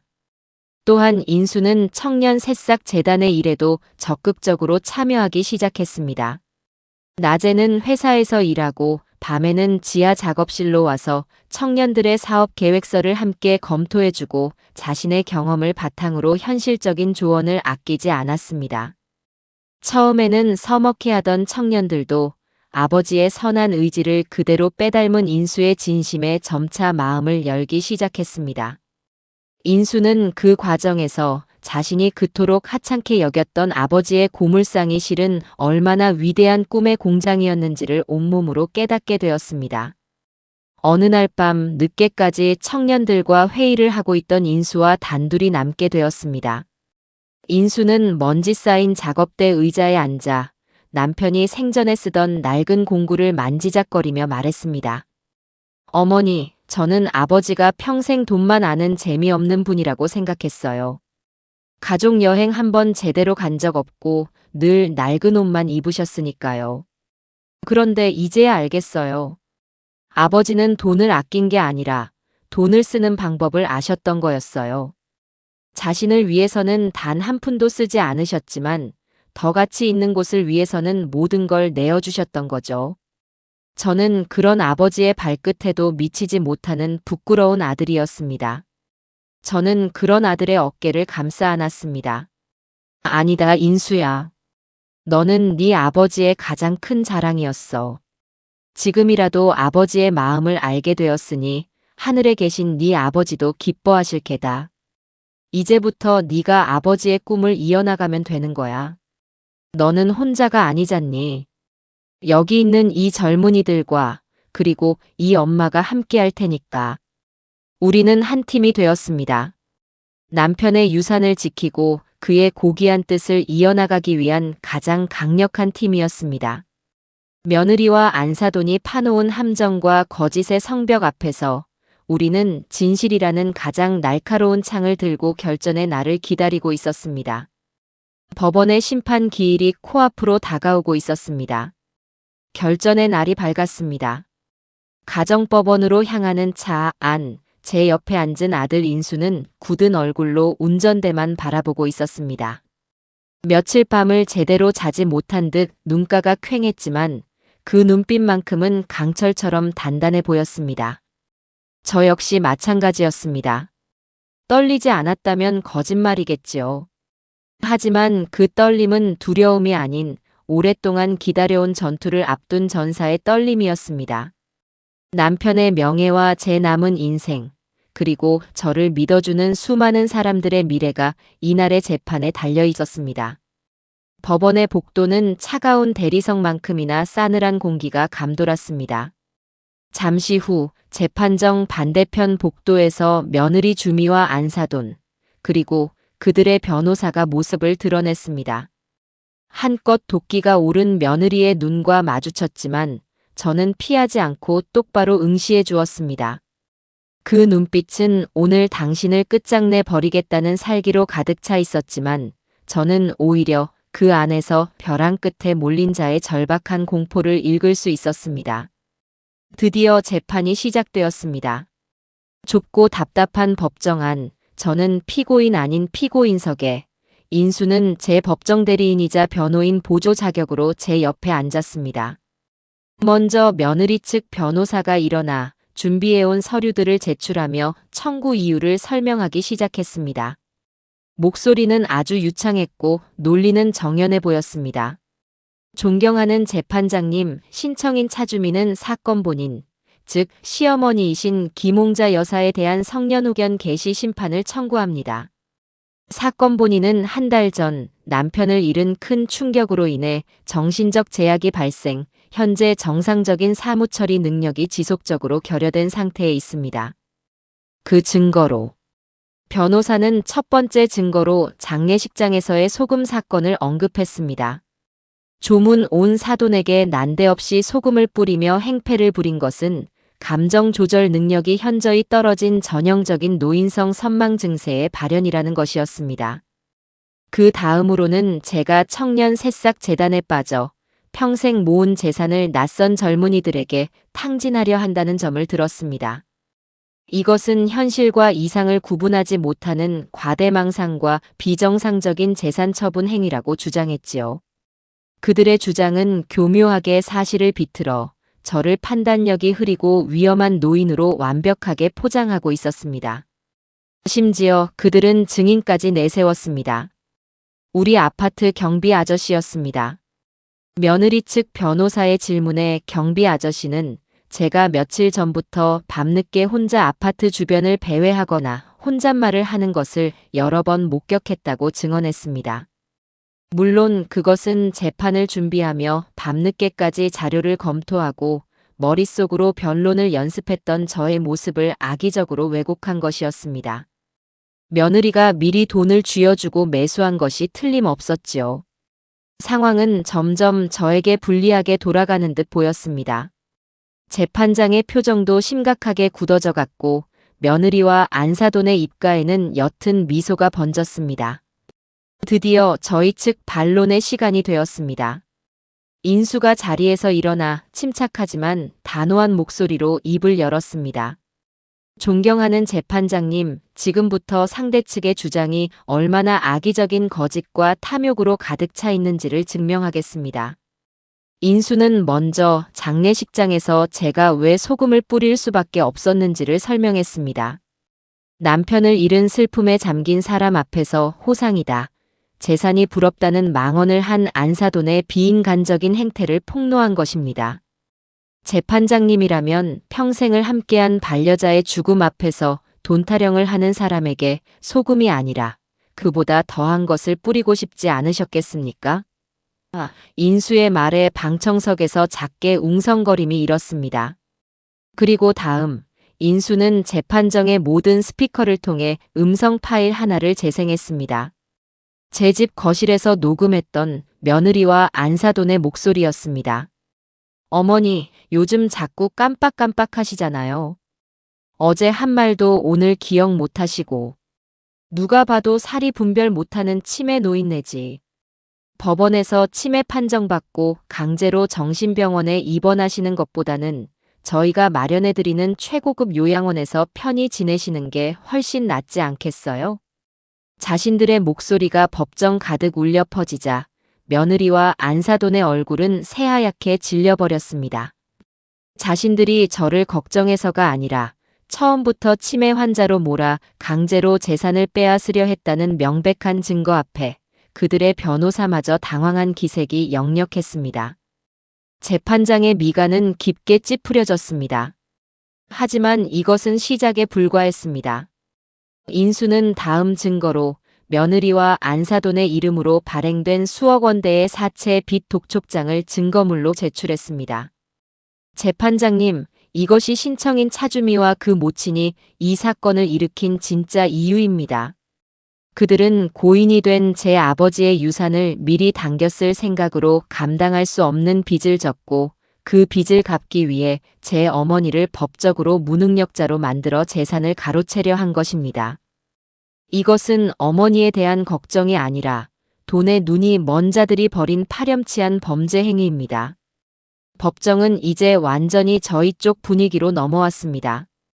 며느리 측 변호사는 어떻게든 상황을 수습해 보려 애썼지만 이미 걷잡을 수 없었습니다. 그리고 인수는 마지막 쐐기를 박았습니다. 존경하는 재판장님, 마지막으로 영상 증거 하나를 더 보시겠습니다. 이것은 신청인 차주미가 얼마나 상속 재산에 눈이 멀어 비이성적인 판단을 하고 있는지를 보여주는 영상입니다. 법정의 대형 스크린에 우리가 열었던 가짜 투자 설명회의 영상이 재생되기 시작했습니다. 영상 속에서 며느리는 수익률이 구체적으로 어떻게 되죠? 1억을 투자하면 얼마를 손에 쥘 수 있냐는 말이에요. 라며 노골적으로 돈을 밝히고 있었습니다.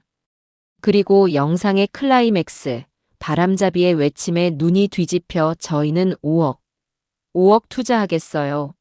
아니 10억도 할 수 있어요. 라고 외치는 며느리의 모습이 나타나자 법정 안의 모든 사람들이 경악을 금치 못했습니다. 수억의 사채 빚을 진 사람이 있지도 않은 10억을 투자하겠다고 외치는 모습. 과연 누가 정말로 사무처리 능력이 결여된 사람인지가 명백해지는 순간이었습니다.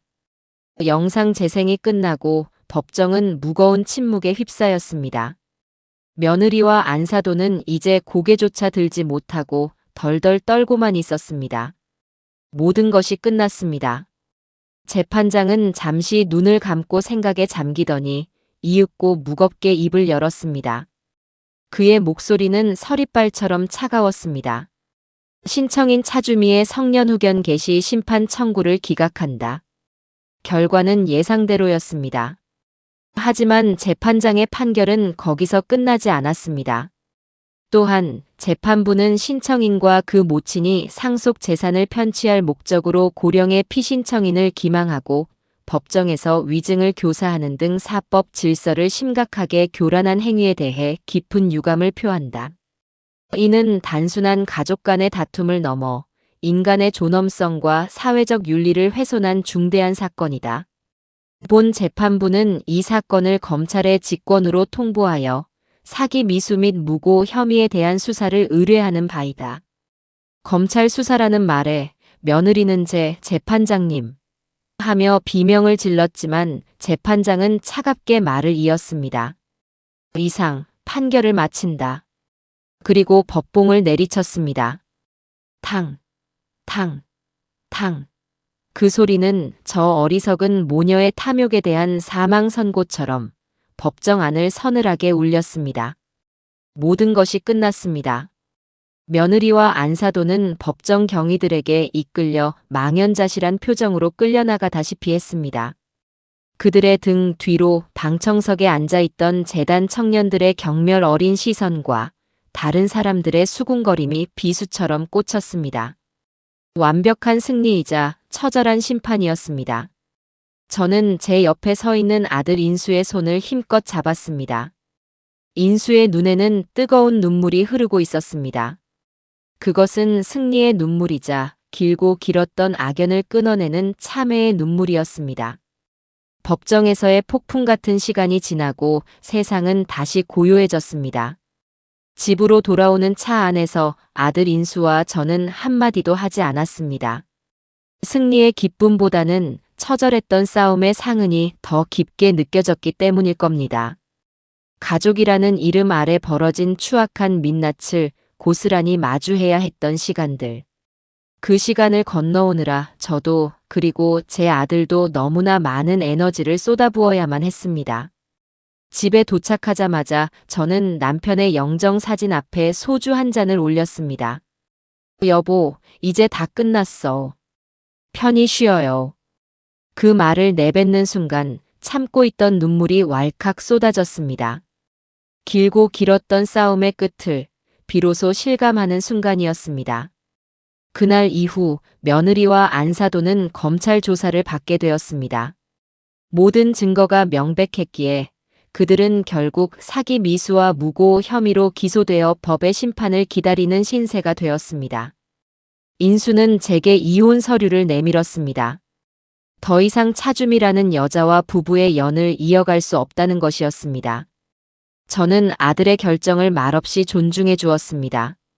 이미 신뢰가 깨져버린 관계를 억지로 붙들고 있는 것만큼 어리석은 일은 없으니까요. 모든 소란이 잦아들자 저와 인수는 비로소 온전히 청년 새싹 재단의 일에 집중할 수 있게 되었습니다. 법정 다툼을 하는 동안에도 묵묵히 자신의 자리에서 꿈을 키워나가던 청년들은 저희를 따뜻하게 맞아주었습니다. 저희는 가장 먼저 재단의 이름을 남편의 이름을 따 김명철 희망재단으로 바꾸었습니다.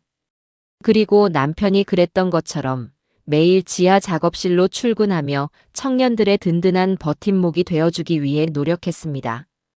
그러던 어느 날 기적 같은 소식이 찾아왔습니다. 스마트팜 기술을 개발하던 박준서 군이 얼굴이 벌개져서 사무실로 뛰어들어왔습니다. 그의 손에는 국내 최대의 농업기술기업의 이름이 찍힌 계약서 초안이 들려 있었습니다. 이사장님, 인수 형님, 해냈습니다. 저희 기술을 그 회사에서 사겠다고 합니다. 단순한 기술 이전이 아니라 저희 팀 전체를 스카우트해서 독립된 연구소를 차려주겠다는 파격적인 조건입니다. 믿을 수 없는 소식이었습니다. 남편이 살아생전 가장 아끼고 가능성을 높게 봤던 것이 바로 박준서 군의 스마트팜 기술이었습니다. 남편의 안목이 그리고 그를 믿고 묵묵히 연구에 매진해 온 청년의 땀과 노력이 드디어 세상을 향해 빛을 발하는 순간이었습니다. 계약은 일사천리로 진행되었습니다.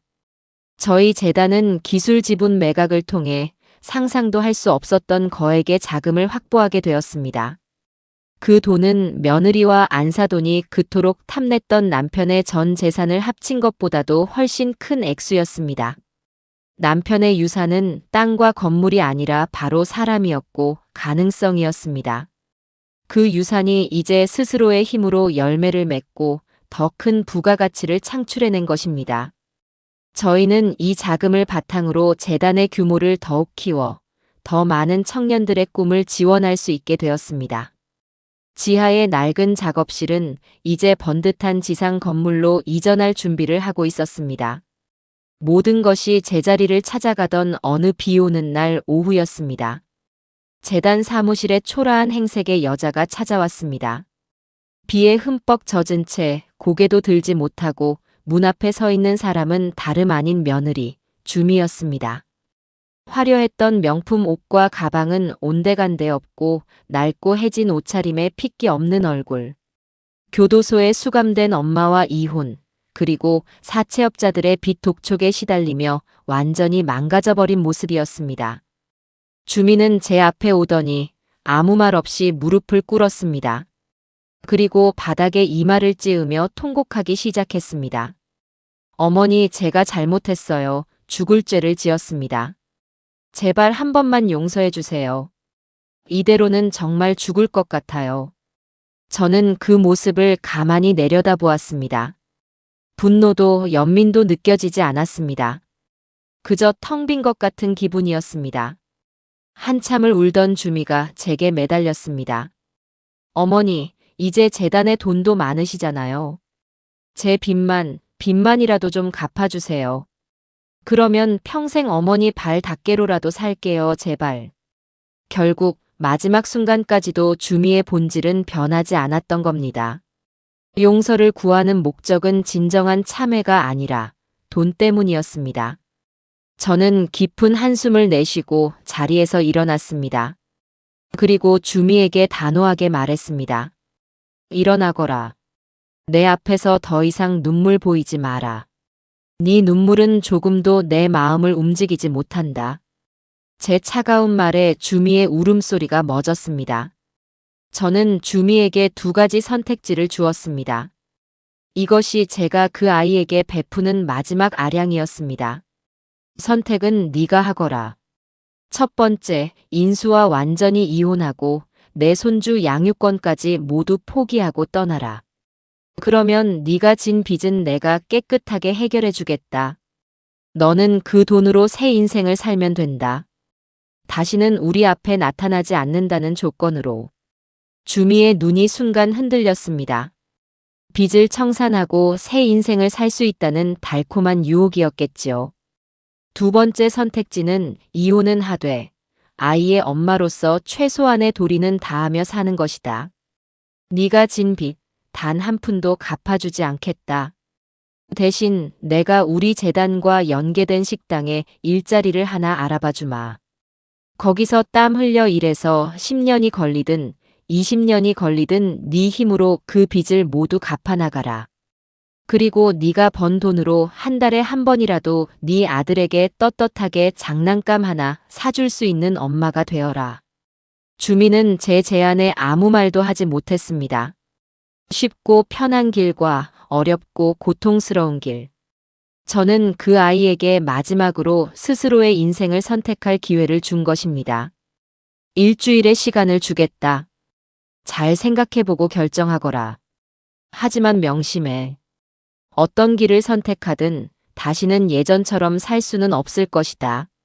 네 인생에 더 이상 공짜는 없다. 저는 그 말을 끝으로 사무실을 나섰습니다. 밖은 어느새 비가 그치고 구름 사이로 맑은 햇살이 비치고 있었습니다. 빗물에 씻긴 세상이 유난히 깨끗해 보였습니다. 며느리의 선택이 무엇이든 저는 이제 그 어떤 결과도 받아들일 준비가 되어 있었습니다. 남편의 유산은 이제 온전히 제 손 안에서 가장 올바른 방식으로 꽃 피우고 있었으니까요. 일주일 뒤 주미에게서 연락이 왔습니다. 떨리는 목소리였지만 그 안에는 아주 작은 결심 같은 것이 담겨 있었습니다. 주미는 두 번째 길을 선택했습니다. 스스로의 힘으로 빚을 갚아나가겠다고 했습니다. 저는 그 아이의 선택에 조금 놀랐지만 한편으로는 어쩌면 그것이 그 아이의 내면에 남아있던 마지막 한 조각의 자존심이자 제 아들에 대한 최소한의 미안함일지도 모른다고 생각했습니다. 저는 약속대로 재단이 후원하는 청년이 운영하는 작은 한식당의 주방 보조 일자리를 주미에게 마련해 주었습니다. 첫 출근 날 어색한 위생모를 쓴 주미의 모습은 낯설기 짝이 없었습니다. 평생 고운 손으로 명품 가방만 들던 아이가 이제는 뜨거운 불 앞에서 설거지를 하고 음식물 쓰레기를 치워야만 했습니다. 처음 며칠은 온몸에 파스를 붙이고 끙끙 앓으며 눈물을 쏟았다는 이야기를 전해 들었습니다. 몇 번이고 모든 것을 포기하고 도망치고 싶었을 겁니다. 하지만 주미는 도망치지 않았습니다. 한 달이 지나고 두 달이 지나면서 주미는 조금씩 변하기 시작했습니다. 거칠어진 손으로 받아든 첫 월급. 그 돈으로 사채 이자를 갚고 남은 돈으로 아들의 작은 운동화 한 켤레를 사들고 왔을 때 주미는 제 앞에서 아무 말 없이 눈물만 뚝뚝 흘렸습니다. 그것은 제가 처음 보는 자기 기만의 눈물이 아닌 진정한 회한의 눈물이었습니다. 그날 이후 주미는 더 이상 울지 않았습니다. 그저 묵묵히 자신의 일을 해나갈 뿐이었습니다. 물론 그 아이의 죗값이 그리 쉽게 사라지지는 않을 겁니다. 앞으로 수많은 밤을 후회와 고통 속에서 보내야겠지요. 하지만 스스로의 땀으로 삶을 책임지는 법을 배우기 시작했다는 것. 그것만으로도 저에게는 작은 위안이 되었습니다. 시간은 흘러 계절이 2번 바뀌었습니다. 남편의 이름을 딴 김명철 희망재단은 이제 대한민국 청년 창업의 상징적인 공간으로 자리 잡았습니다. 저희는 성남의 낡은 지하 작업실을 떠나 서울 시내가 한눈에 내려다 보이는 번듯한 건물로 이전했습니다. 재단의 성공 소식이 알려지자 남편의 뜻에 동참하겠다며 후원의 손길을 보내오는 사람들도 많아졌습니다. 재단은 이제 저와 인수, 그리고 박 영감님만의 것이 아니라 우리 사회의 따뜻한 마음들이 모여 만들어가는 거대한 희망의 발전소가 되었습니다. 재단 창립 2주년 기념일. 저희는 재단의 성공을 축하하고 새로운 청년들의 꿈을 응원하는 작은 행사를 열었습니다. 수많은 기자들과 투자자들, 그리고 저희 재단을 통해 성공적으로 창업한 청년 대표들이 자리를 가득 메웠습니다.